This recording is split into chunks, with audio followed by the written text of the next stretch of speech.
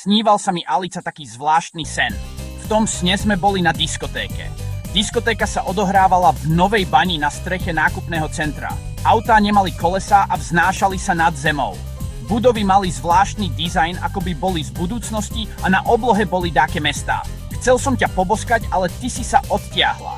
Tiež som ťa videl na lavičke s dákym dievčaťom v tvojom veku, ale jej tvár si už nepamätám. Neovládame osoby v snoch náhodou my? Je to možné, ale nejak je sen zo skutočnosti. Ak zhodnotíme pravdepodobnosť, že v našej blízkej budúcnosti budú veci, ktoré si opisoval, odtiahol si sa sám od seba, hlupáčik. A otcovi je už lepšie. Lepšie? Má rakovinu, na to sa človek nemáva lepšie. To je v poriadku. Ty za to nemôžeš. Lekári tvrdia, že ho liečia, ale ja mám pocit, že ho zabíja práve chemoterapia, ožiarenia a jeho zdraviu sa venujú minimálne ak vôbec. A je tvoj otec informovaný o 5 biologických prírodných zákonoch, ktoré objavil doktor Hammer a ktoré akademická medicína v súčasnosti? Bože, Martin, zase tie tvoje alternatívne psychokeci. Spomenul som slovo prírodné zákony. Vieš vôbec, čo sú prírodné zákony? Porozprávame sa o tom, keď pristaneme na ihrisku, môže byť? Dvojica sa zastavila na konci krížovej cesty pri Svetom kríži Ježiša Krista. Z tohto miesta už vidno dedinu Brehy z výšky. Kým si Alica vychutnávala výhľad pri meraní rýchlosti a smeru vetra, Martin sa ešte naposledy snažil spochybniť Alici nápad.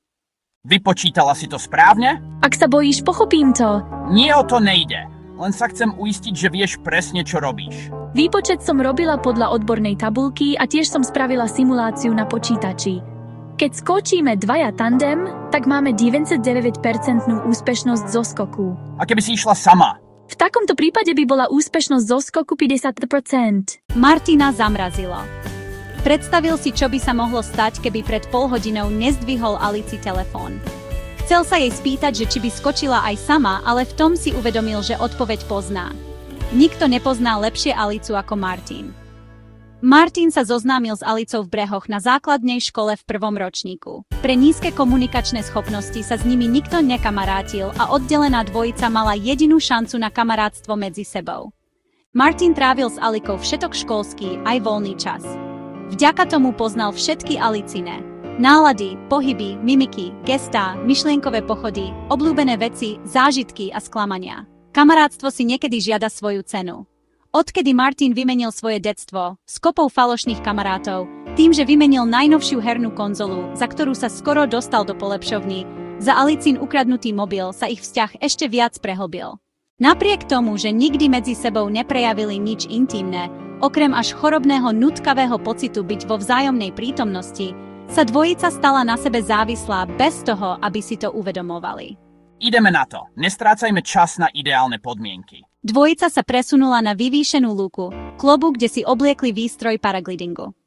Nevadí, že budem riadiť ja? Nie, nevadí, aj keď to viem lepšie. To nevieš, ale to je jedno. Podľa našich váh musíš byť vpredu, aby sme dosiahli najvyššiu pravdepodobnosť úspešného zoskoku. Nechcem ťa už odrádzať ani zdržovať, ale začína sa vytvárať dosť hustá hmla.